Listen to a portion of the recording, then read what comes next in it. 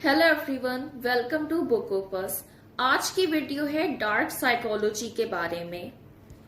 इस वीडियो में हम कुछ ऐसे लॉस के बारे में जानेंगे जिससे आपको पता चलेगा कि आपके साथ ऑफिस में काम करने वाले या आपके एजुकेशन इंस्टीट्यूट्स में आपके क्लास फेलोज किस तरह से डार्क साइकोलॉजी की मदद से आपको मैनिपुलेट करते हैं। तो आइए वीडियो को स्टार्ट करते हैं।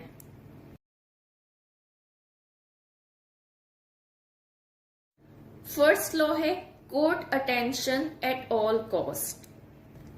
दूसरे लोगों में अपनी एक पहचान बनाएं, यूनिक बने, कुछ डिफरेंट काम करें, अपनी पर्सनैलिटी मिस्टीरियस बनाएं और हर किसी के सामने एक खुली किताब मत बन जाएं, हर एक को अपने बारे में हर बात मत बताएं। इसलिए हर चीज में सबसे ज्यादा आगे आगे रहें ताकि हर कोई आपको जानता हो और आप फेमस हो। अपनी क्लास में भी आप एक फेमस स्टूडेंट बने और हर चीज में पार्टिसिपेट करें और हर चीज में आगे आगे रहें ताकि आपको हर कोई जाने। और अपने ऑफिस में भी हर चीज में और हर काम में आगे रहें ताकि हर अटेंशन सिर्फ आपको ही मिले।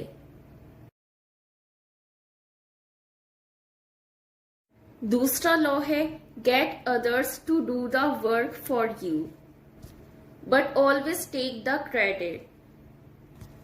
डार्क साइकोलॉजी का इस्तेमाल करने वाले लोगों की एक आदत ये भी होती है कि वो अक्सर ऐसे लोगों से दोस्ती करते हैं जो उनसे ज्यादा किसी चीज में या स्किल में अच्छे होते हैं और फिर वो उनसे अपने सारे काम करा लेते हैं, उनसे हर चीज की हेल्प लेते हैं और इस तरह वो अपना टाइम भी बचा लेते हैं और दूसरा उनका काम करता रहता है और आखिर में वो हर चीज का क्रेडिट अपने उस दोस्त या कुलीग को देने के बजाय खुद अपने आप को देते हैं और सबके सामने ऐसे जाहिर करते हैं जैसे ये काम उन्होंने ही किया है और ये सारे आइडियाज उनके अपने ही हैं। थर्ड लॉ है make other people come to you, use bait if necessary. हम सब ने बचपन में टॉम एंड जेरी के कार्टून्स तो देखे ही होते हैं। आप सब ने ये देखा होगा कि जब टॉम को जेरी को पकड़ना होता था तो वो उसके माउस होल के बाहर एक माउस ट्रैप रख देता था और उसमें एक चीज का स्लाइस भी रख देता था और खुद फिर कहीं दूर जाके बैठ जाता था। इसी तरह जब किसी हंटर को ट्रैप करना होता है किसी बेयर को, तो वो उसके लिए एक जाल बिछाता है और उसमें शहद लगा के रख देता है और खुद कुछ दूर जाकर बैठकर इंतजार करता है। अगर हंटर डायरेक्ट बेयर को पकड़ने की कोशिश करेगा तो दो चीजें होती हैं, या तो जो बेयर होता है वो हंटर पर हमला कर देता है या फिर उसे पता चल जाता है कि ये उसको पकड़ने वाला है और वो भाग जाता है वहां से। इसीलिए शिकारी एक जाल बिछाता है और उसमें शहद लगा के रख देता है ताकि उसको ज्यादा मेहनत नहीं करनी पड़े अपने शिकार को पकड़ने के लिए और बेयर को इस तरह पता भी नहीं चल पाता कि शिकारी ने उसके लिए जाल बिछाया है और वो शहद की वजह से आता है और फंस जाता है। इसी तरह बहुत सारे लोग हमारे साथ भी यही काम करते हैं। वो हमसे कोई अपना काम निकलवाना चाहते हैं लेकिन वो हमारे सामने आके ये नहीं कहते कि हमारा ये काम है और ये कर दो, बल्कि वो अपनी बात को इस तरह से हमारे सामने पेश करते हैं जिसमें हमें अपना कोई बेनिफिट नजर आता है। वो हमें ये शो कराने की कोशिश करते हैं कि अगर हम ये काम करेंगे तो इसमें हमारा फायदा होगा, हालांकि उसमें हमारा फायदा कभी होता नहीं है और अगर हो भी तो बहुत कम।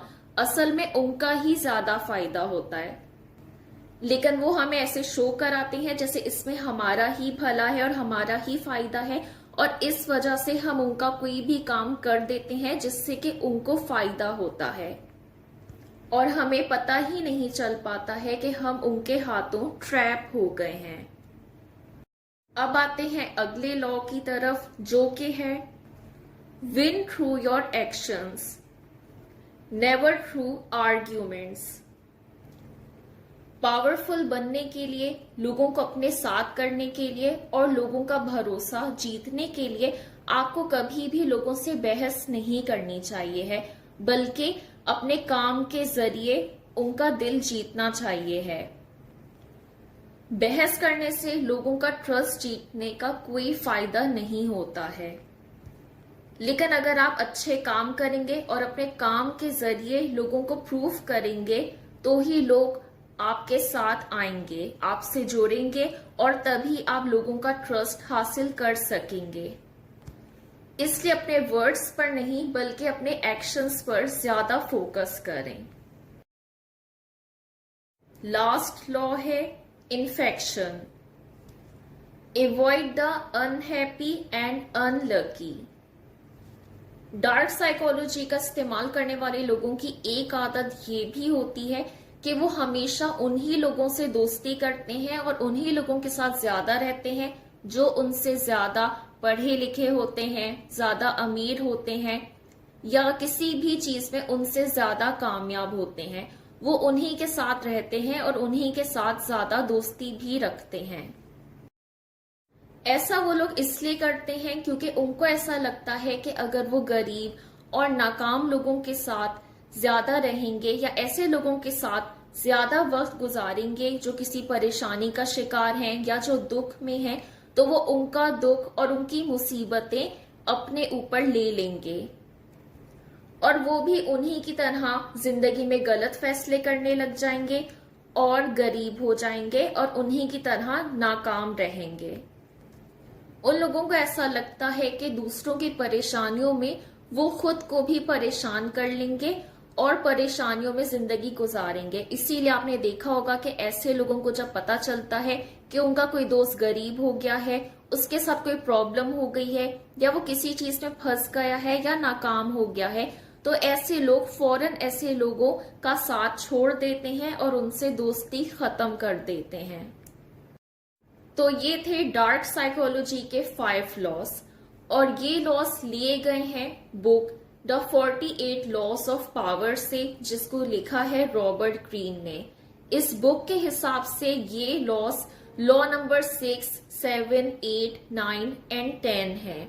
शुरू के बुक के जो 5 लॉस हैं, लॉ नंबर 1 से लेके लॉ नंबर 5 तक, वो मैंने अपने चैनल पर पहले ही अपलोड किए हुए हैं। ये वीडियो इस बुक की समरी का पार्ट 2 है। अगर आप पार्ट 1 भी देखना चाहते हैं और ये जानना चाहते हैं कि बुक के शुरू के 5 लॉस में क्या है, तो वो मैंने अपनी पार्ट 1 वीडियो में काफी डिटेल से एक्सप्लेन किए हुए हैं।